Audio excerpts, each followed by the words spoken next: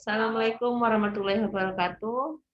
Baik, hari ini kita masuk pada pertemuan ketiga pada mata kuliah manajemen operasional. Yang dimana hari ini kita akan bahas tentang strategi operasi untuk barang dan jasa.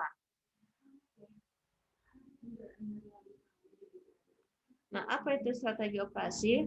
Strategi operasi merupakan salah satu cara yang dapat dikembangkan oleh perusahaan dengan memanfaatkan operasi pabrik dan jasa untuk berkompetisi dan menjadi kekuatan penggerak dalam menghadapi lingkungan baru.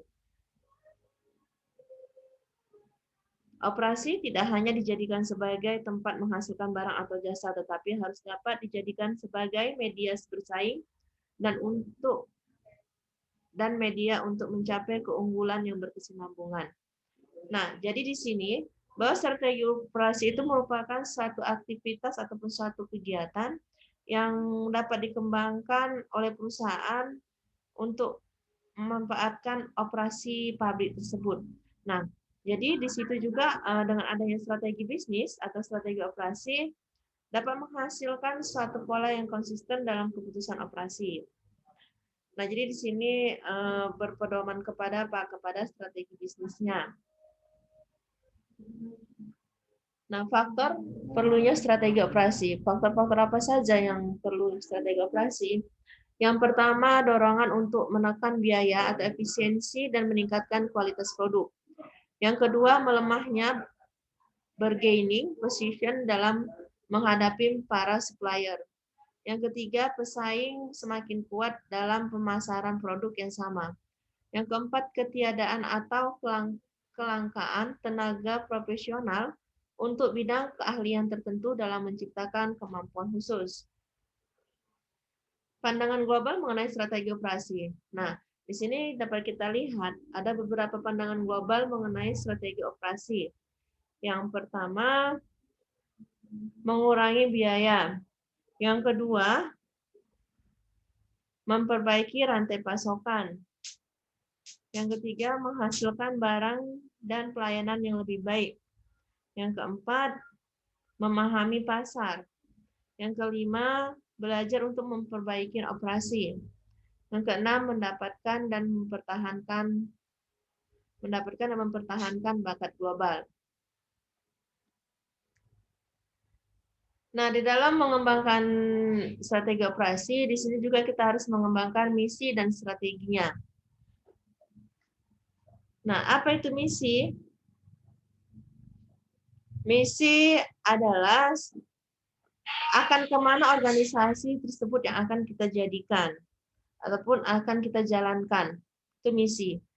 Misi itu bisa juga kita artikan sebagai tahapan-tahapan yang akan kita lalui untuk mencapai suatu tujuan.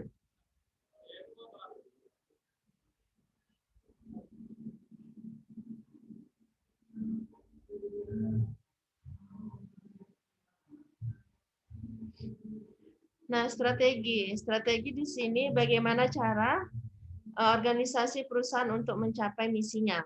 Nah, berarti di sini strategi itu merupakan cara kita untuk mencapai misi tersebut, cara kita untuk melalui tahapan-tahapan tersebut. Nah, misi. Nah, misi di sini dapat kita lihat kriterianya ataupun aktivitasnya. Kita lihat misi itu mau kita bawa kemana, mau kita bawa pergi kemana, lalu tujuan organisasinya apa untuk mencapai misi tadi, lalu apa yang akan disumbangkan kepada masyarakat, lalu batasan dan fokus organisasinya. Jadi ada tahapan-tahapannya dari dia tahapan tingkat mudah sampai ke tahapan yang tingkat sulit untuk mencapai tujuan tersebut.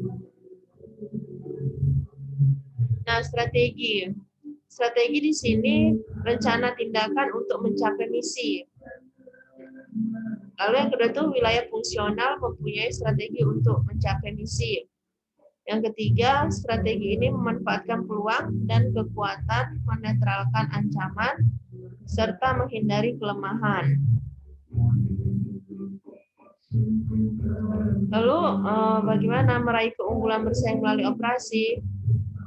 Kita dapat melakukannya dengan cara bersaing diferensiasi, yang kedua bersaing dalam biaya, yang ketiga bersaing dalam respons. Nah, permasalahan dalam strategi operasi. Nah, biasa di sini kita akan menjumpai atau kita akan temui permasalahan-permasalahan apa saja yang biasanya dalam strategi operasi. Yang pertama itu penelitian mengenai strategi manajemen operasi yang efektif.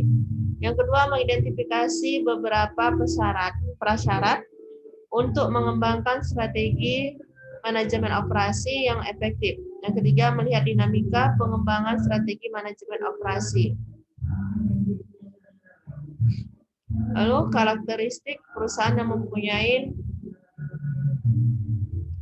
ROI atau return of invest tinggi, di mana ada beberapa dampak dalam keputusan strategi manajemen operasi. Yang pertama, kualitas produk yang tinggi. Yang kedua, penggunaan kapasitas yang tinggi. Yang ketiga, efisiensi operasi yang tinggi. Selanjutnya, intensitas investasi yang rendah. Selanjutnya, biaya langsung yang rendah per unit. Ada persyaratannya. Ada beberapa persyaratan yang harus kita pahami untuk mencapai suatu strategi. Yang pertama, kekuatan dan kelemahan pesaing. Yang kedua, kekuatan dan kelemahan pesaing. Begitu pula calon pendatang baru di pasar, barang pengganti, serta perjanjian dengan pemasok maupun distributor. Selanjutnya, permasalahan lingkungan, teknologi, hukum, dan ekonomi yang ada sekarang dan yang akan datang. Selanjutnya, siklus hidup yang mungkin menentukan batasan-batasan strategi operasi. Selanjutnya, sumber daya yang tersedia di perusahaan dan fungsi manajemen operasi. Selanjutnya, penggabungan strategi manajemen operasi dengan strategi perusahaan dan area-area fungsional lainnya. Nah, ada dinamika perubahan strategi dalam strategi barang dan jasa. Yang pertama itu, perubahan strategi dalam perusahaan dapat terjadi karena adanya sumber daya manusia, keuangan, teknologi, siklus hidup produk. Lalu adanya perubahan lingkungan produk.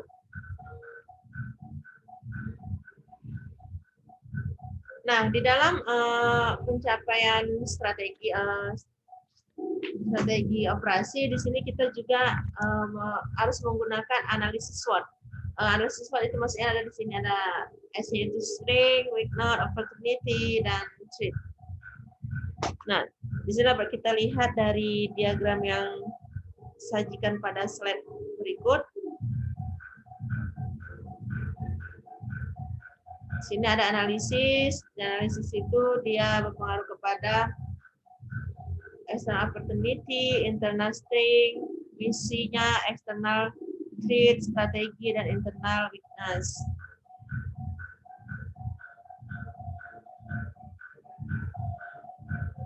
Nah, idenya dalam analisis SWOT itu yang pertama itu memaksimalkan peluang, yang kedua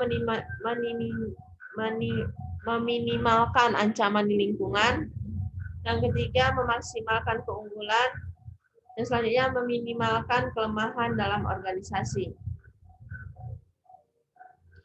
Adapun proses pengembangan strategi, yang pertama itu analisis lingkungan.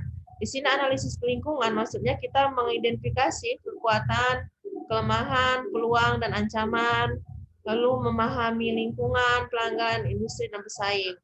Nah, sudah kita adanya analisis lingkungan, kita di sini dapat menetapkan misi perusahaan. Misi perusahaan itu ditetapkan alasannya keberadaan perusahaan dan mengidentifikasi nilai yang akan diciptakan. Dan selanjutnya itu membentuk strategi.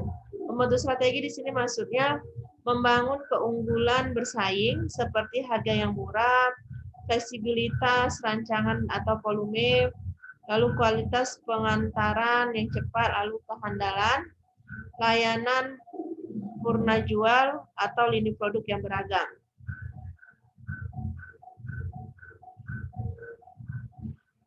Nah, adapun pengembangan dan penerapan strategi. Nah, pengembangan dan penerapan strategi di sini mengidentifikasi yang pertama itu mengidentifikasi sejumlah faktor penentu keberhasilan. Yang kedua, membangun dan memiliki staf organisasi. Yang ketiga, mengintegrasikan manajemen operasi dan aktivitas lainnya. Nah, tugas dari manajemen operasional, manajer operasi adalah menerapkan strategi manajemen operasi menghasilkan keunggulan bersaing dan meningkatkan produktivitas. Nah, di sini ada strategi operasi global. Nah, strategi operasi global itu meliputi 4. Yang pertama, strategi internasional, strategi multidomestik, strategi global, dan strategi transnasional. Nah, strategi operasional global. Nah, di sini dapat kita lihat adanya pertimbangan pengurangan biaya.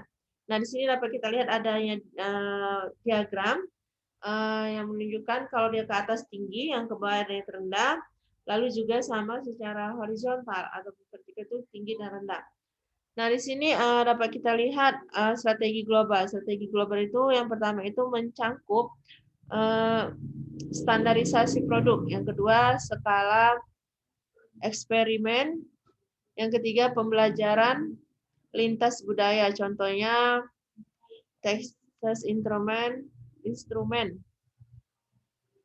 Lalu strategi transnasional.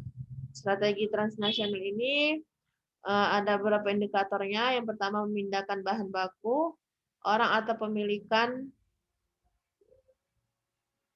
lalu skala ekonomis, lalu pembelajaran lintas budaya. Contohnya pada produk Coca-Cola dan Nestle. Selanjutnya strategi internasional. Strategi internasional di sini kita melakukan impor dan ekspor secara lini produk yang ada. Contohnya US Steel, Harley Davidson. Nah, di sini kan dia dilakukan lintas produk antar negara. Lalu strategi